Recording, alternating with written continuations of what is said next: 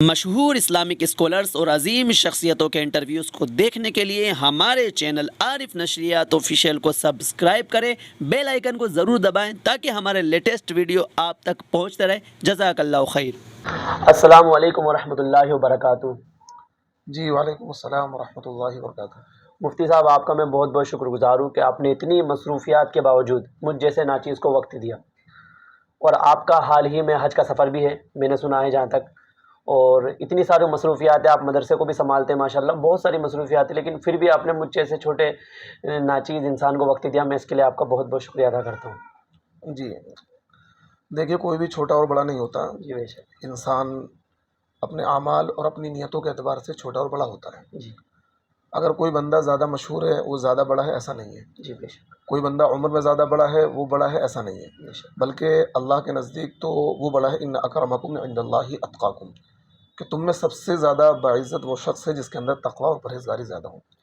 کیونکہ آپ ایک دینی جذبے کے تحت راجستھان سے سفر کر کے دہلی آئے ہیں، جی ایک اتنا لمبا سفر کر کے، تو یہ اخلاقی فریضہ تھا میرے اوپر کہ میں آپ کو وقت دیتا۔ جی حالانکہ یہ تو یقینی بات ہے، 17 تاریخ میں میرا حج کا سفر ہے بے شک۔ اپنی فیملی کے ساتھ، اور یہ میرے لیے بڑی سعادت کی بات ہے۔ یہ پہلا میرا حج کا سفر ہے، والدین بھی جا رہے ہیں اور میری اہلیہ بھی ساتھ میں، اور چھوٹی بیٹی بھی جا رہی ہے ماشاءاللہ۔ لیکن میں نے سوچا کیونکہ آپ سے کافی دنوں سے رابطہ تھا اور آپ ٹائم مانگ رہے تھے، میں نے چلو حج پہ جانے سے پہلے پہلے آپ تشریف لے آئیں، تاکہ مطلب جو بھی آپ کے سوالات ہیں انشاءاللہ میں اس سے جوابات دوں گا، تو اس لیے میں نے آپ کو وقت دیا۔ بہت بہت شکریہ مفتی صاحب، میں آپ سے پہلے ہی معذرت چاہتا ہوں، پہلے سے ہی معذرت مانگ لیتا ہوں میں آپ سے، کیونکہ میرے سوالات بڑے تلخ ہوں گے، بڑے سخت ہوں گے۔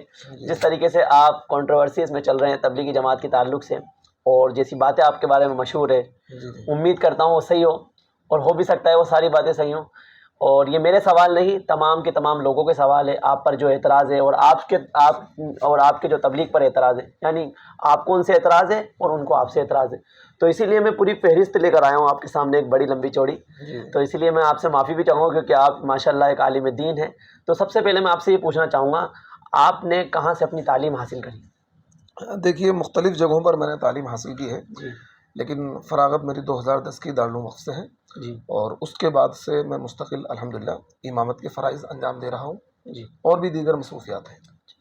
تو دارالعلوم وقف کی فراغت کے بعد آپ نے سب سے پہلے کہاں پر دینی کام انجام دینا شروع کیا؟ لیکن سب سے پہلے 2010 کے فراغت کے بعد میں دادری گیا، اور دادری میں نورانی مسجد ہے نئی آبادی میں، وہاں میں نے 6 منتھ امامت کری۔ اور دیکھیے، یہ بدقسمتی کہیں یا خوش قسمتی کہیں، وہاں بھی جو تبلیغ والے بھائی ہیں ان سے میرا اختلاف ہوا، جی اور انہوں نے وہاں سے مجھے مستعفی کیا، جی جی اور مجھے بلکہ وہاں آفر بھی کیا ان لوگوں نے کہ بھئی اگر آپ ہماری بات مان لیں، مشورے میں بیٹھیں، 3 دن لگائیں، اور ہماری مطلب غلط باتوں پر نکیر نہ کریں، مطلب ہاں میں ہاں ملائیں، اچھا تو پھر ہم آپ کو اپنے ہاتھوں پر بٹھا لیں گے، پلکوں پر بٹھا لیں گے، کیونکہ آپ ایک اچھے مقرر ہیں، اچھا بولتے ہیں، آپ جیسے لوگوں کی ضرورت ہے، اور آپ دین کی بات کیا کریں۔ تو میں نے ان کو یہ بولا کہ بھائی، میں تقریباً 6 مہینے وہاں رہا، اور 6 مہینے میں آپ کے 6 چوک 24 جمعے کی میں نے خطاب کیا ہوگا، اور الحمدللہ الگ الگ موضوعات پر میں نے خطاب کیا، اللہ کے نبی کی سیرت پر، اخلاق رسول پر، کردار رسول پر، اور قرآن کا انقلابی پہلو، غیبت، مطلب مختلف موضوعات پر میں نے بیان کیا۔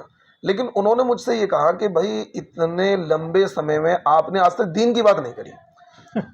تو میں نے کہا بھائی، یہ جو میں نے قرآن کی عظمت پر بیان کیا، نبی کی سیرت پر بیان کیا ہے، نبی کی دعوتی زندگی پر جو میں نے بیان کیا، یہ دین نہیں ہے۔ بولے نہیں، آپ نے کبھی مطلب تشکیل نہیں کری، کبھی ترغیب نہیں دلائی ہمارے اس کام کی۔ تو میں نے کہا بھائی دیکھیے، یہ آپ کی بدقسمتی کہوں یا کم فہمی کہوں، کم عقلی کہوں، حماقت کہوں، کہ آپ نے اپنے اس مخصوص طریقہ کار کو دین سمجھا ہوا ہے، اور اس کے علاوہ جو چیزیں ہیں وہ آپ اسے دین نہیں سمجھتے۔ خانقاہی نظام کو، مدرسے کے نظام کو، آپ کوئی قرآن کی عظمت پر بیان کرے، قرآن کی تفسیر کرے، وہ اسے ان کے نزدیک دین نہیں ہے۔ بس وہ جو مخصوص ان کی 2 ایک کتابیں ہیں، اب خیر اس پہ بھی بات کروں گا، کتابیں بھی بٹ گئی ہیں، تو ایک طبقے کی فضائل اعمال ہے اور ایک طبقے کی منتخب احادیث ہے۔ تو لبے لباب یہ نکلا کہ انہوں نے وہ جو ساری تقریریں تھیں جو دین پر میں نے کی تھیں اور قرآن حدیث کی روشنی میں کی تھی، وہ ان کے نزدیک وہ دین نہیں تھی۔ ان کا اپنا ایک مخصوص دین ہے جس کو میں کہا کرتا ہوں مرکز کے بڑوں کا دین. اچھا. محمد رسول اللہ صلی اللہ علیہ وسلم کا دین ان کے پاس نہیں ہے، مرکز کے بڑوں کا دین ہے جس کو وہ دین سمجھتے ہیں. اس کے علاوہ دین کے سارے شعبوں کا انکار کرتے ہیں. تو مجھ سے کہا بھائی آپ نے اس پر بیان نہیں کہا. میں نے کہا بھائی میں اس پر سوچوں گا. تو پھر انہوں نے مجھے کہا کہ اگر آپ بیان کر سکتے ہیں تو ٹھیک ہے. اگلے جمعے میں وہ باقاعدہ تیار ہو کر ہے بھائی آج شاید کچھ ہمارے من کی بات ہو، جیسے کہ ہمارے پرائم منسٹر صاحب من کی بات کرتے ہیں. تو میں نے ان کے من کی بات نہیں کری، قرآن حدیث کی بات کری. تو نماز کے بعد انہوں نے کہا جی آپ کا استعفیٰ ہے. میں نے کہا جی بالکل موسٹ ویلکم، مجھے قبول ہے اپنا استعفیٰ، لیکن میں ضمیر کا سودا نہیں کر سکتا کیونکہ میرے ماں باپ نے مجھے رزق حلال کما کر محنت کی کمائی سے پڑھایا تھا اور پڑھایا ہے. اور میرے والدین نے مجھے ایک نصیحت کی ہے، بیٹا امام بن کے رہنا، غلام بن کے مت رہنا. اور الحمدللہ 13واں سال چل رہا ہے، مستقل میں 2010 سے کنٹینیو امامت کر رہا ہوں. اور الحمدللہ یہ میرے لیے فخر کی بات ہے اور تحدیث بن نعمہ کے طور پر بیان کر رہا ہوں کہ میں نے امامت کری ہے، غلامی نہیں کری ہے. ماشاء اللہ جی. اور تو وہاں سے 6 مہینے کی امامت کرنے کے بعد آپ کہاں پر امام؟ پھر اس کے بعد میں رحمانیہ مسجد چوہان مانگر گلی نمبر 3 میں 5 سال تقریباً امام رہا، 2011 سے لے کر 13 مئی 2015 تک. اور وہاں بھی اختلاف تبلیغی بھائیوں سے ہی ہوا کیونکہ حق گوئی ہر ایک کے بس کی بات نہیں ہے. جی. حق گوئی ہر ایک کے حصے میں بھی یہ چیز نہیں آتی کیونکہ اس پر تکلیفیں آتی ہیں، جی. پریشانیاں آتی ہیں اور لوگ ٹون کستے ہیں، تنقیدیں کرتے ہیں، الزام تراشی کرتے ہیں، حتیٰ کہ مار پیٹ کی بھی نوبت آ جاتی ہے، مسجد سے نکال دیا جاتا ہے. تو میں نے اس بات کی پرواہ نہیں کہ ولا یخافون لومۃ لائم. وہاں اختلاف اس بات کو لے کر ہوا کہ میں فجر کی نماز کے بعد قرآن کی تفسیر کیا کرتا تھا. ماشاء اللہ. تو تقریباً 50 سے 60 لوگ میرے قرآن کے درس میں بیٹھا کرتے تھے. جتنے نمازی تھے سب بیٹھتے تھے، کوئی نہیں جاتا تھا. اور اس کے بعد پھر وہ اپنا گشت کرتے، مطلب وہ کیا بولتے ہیں، مشورہ کرتے تھے. اور وہ اپنے جو ان کی کتاب ہے کیا نام ہے، منتخب احادیث، وہ اس کی تعلیم کرتے تھے. جی. اس وقت شاید ان کی وہ کتاب ہوا کرتی تھی فضائل اعمال بھی. اب فضائل اعمال سے انہوں نے 10 برداری کا اعلان کر دیا ہے، یوں کہہ دوں طلاق دے دی ہے. شاید رجی دی ہے، مغلظہ دی ہے، وہ ان کو پتا ہوگا، لیکن طلاق فی الحال دے رکھی ہے ان حضرات نے. تو مجھ سے کہنے لگے جی، ایک دن لے کے بیٹھ گئے کہ جی آپ کے دیکھیے ایسا جملہ کہا، میں کہتا ہوں اگر باریکی سے زیادہ نہ تو ایمان بھی خطرے میں ہے. کیوں کہا کہ آپ کی تفسیر سے ہمارے کام کا نقصان ہو رہا ہے. وہاں ایک صاحب جڑتے ہیں، حاجی شمس الزما کے نام سے ان کا نام ہے، اور وہ مولانا سعد کے کافی قریبی لوگوں میں سے ہیں اور تبلیغ کے بڑے ذمہ داروں میں سے ہیں وہ. تو یہ سارے لوگ وہاں موجود تھے. تو میں کہ جی آپ کی تفسیر سے ہمارے کام کا نقصان ہو رہا، تفسیر بند کر دیں، آپ فضائل اعمال یا منتخب حدیث پڑھا کریں. میں نے بھائی یہ پاسبل نہیں میرے لیے، میں یہ نہیں کر سکتا. میں امامت تو چھوڑ سکتا ہوں لیکن تفسیر بند نہیں کر سکتا. اور مستقل وہ 6 مہینے تک مجھے پریشرائز کرتے رہے کہ جی آپ تفسیر بند کریں، ہمارے کام کا نقصان ہو رہا ہے. کیونکہ 50 60 70 لوگ بیٹھتے تھے، قرآن کی تفسیر میں آدھا گھنٹہ کیا کرتا تھا، اس کے بعد وہ لوگ اٹھ کر چلے جاتے تھے، پھر یہ اپنا تعلیم کرتے تھے. اچھا، میری سمجھ سے باہر یہ چیز ہے تعلیم. جب قرآن جو افضل الکلام ہے، جو اللہ کا کلام ہے، جب قرآن پڑھ کر سنا دیا گیا، اس کی تفسیر کر دی گئی، اس میں حدیث بھی آ گئی، اس میں فقہ بھی آ گئی، ساری چیزیں آ گئی، تو اب کس چیز کی ضرورت ہے؟ بے شک. پھر وہ میں اسی چیز کو کہتا ہوں، یہی بدعت ہے، التزام مالا الزم. جب قرآن کی تعلیم ہو گئی، تفسیر ہو گئی، تو اب ضرورت نہیں تھی کہ آپ کتاب پڑھیں. اب تو یہ تھا اپنا مشورہ کر کے اور اگلی کارروائی کرتے. لیکن کتاب ضرور پڑھی جائے گی کیونکہ اپنی اس بدعت کو، گھسی پیٹی بدعت کو انجام ضرور دینا ہے جو انہوں نے طے کی ہوئی کہ نہیں جی تعلیم ضرور ہوگی. چاہے کسی شیخ الحدیث کا بیان کروا دیں، لیکن جو ان کی تعلیم طے ہے، آندھی آ جائے، طوفان آ جائے، کچھ بھی ہو جائے، اپنا وہ بدعت کو انجام جب تک نہیں دیں گے انہیں سکون نہیں ملے گا. تو اس کے بعد وہ اپنی کتاب پڑھتے تھے اور پھر مشورہ کرتے تھے. تو انہیں لگا 4 5 لوگ بیٹھتے تھے، تو پھر اس کے بعد انہیں لگا بھائی ہمارا نقصان ہو رہا، اگر یہ کتاب پڑھیں تو 60 70 لوگ کتاب میں بیٹھیں گے. تو ان کو لگتا ہے کہ کتاب میں بیٹھیں گے تو دین کا کام ہوگا، قرآن کی تفسیر میں بیٹھیں گے تو دین کا کام نہیں ہوگا. تو اس طرح کی مینٹلٹی ان کی تھی. تو خیر بہت چلتا رہا، آخر کار وہاں سے میں مستعفی ہو گیا. بیچ میں ایک بات اور آپ کو اور بتا دوں کہ جو قصاب پورے کا میلہ لگتا ہے، میں اس کو میلہ بولتا ہوں. اچھا. ہاں، میں اجتماع نہیں بولتا، میرے اپنی الگ اصطلاحات ہیں.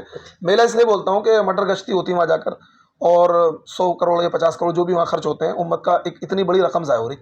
کیا فائدہ ہوتا ہے اس طرح کے جو بھی اجتماعات ہوتے ہیں؟ جو تنظیمیں، تحریکیں کام کر رہی ہیں، دوسری تحریکیں، میں ان کے نام نہیں لوں گا، جو برادران وطن کی تنظیمیں ہیں، کیا آپ نے کبھی دیکھا کہ ان کی اس طرح کے اجتماعات ہوتے ہیں؟ خاموشی سے گراؤنڈ لیول پر وہ لوگ کام کرتے ہیں.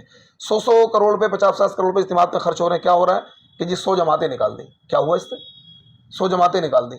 امریکہ جماعت جا رہی ہے، امریکہ جو لوگ جا رہے ہیں کیا کرنے جا رہے ہیں؟ یہ کہنے جا رہے ہیں بھائی نماز پڑھا کرو.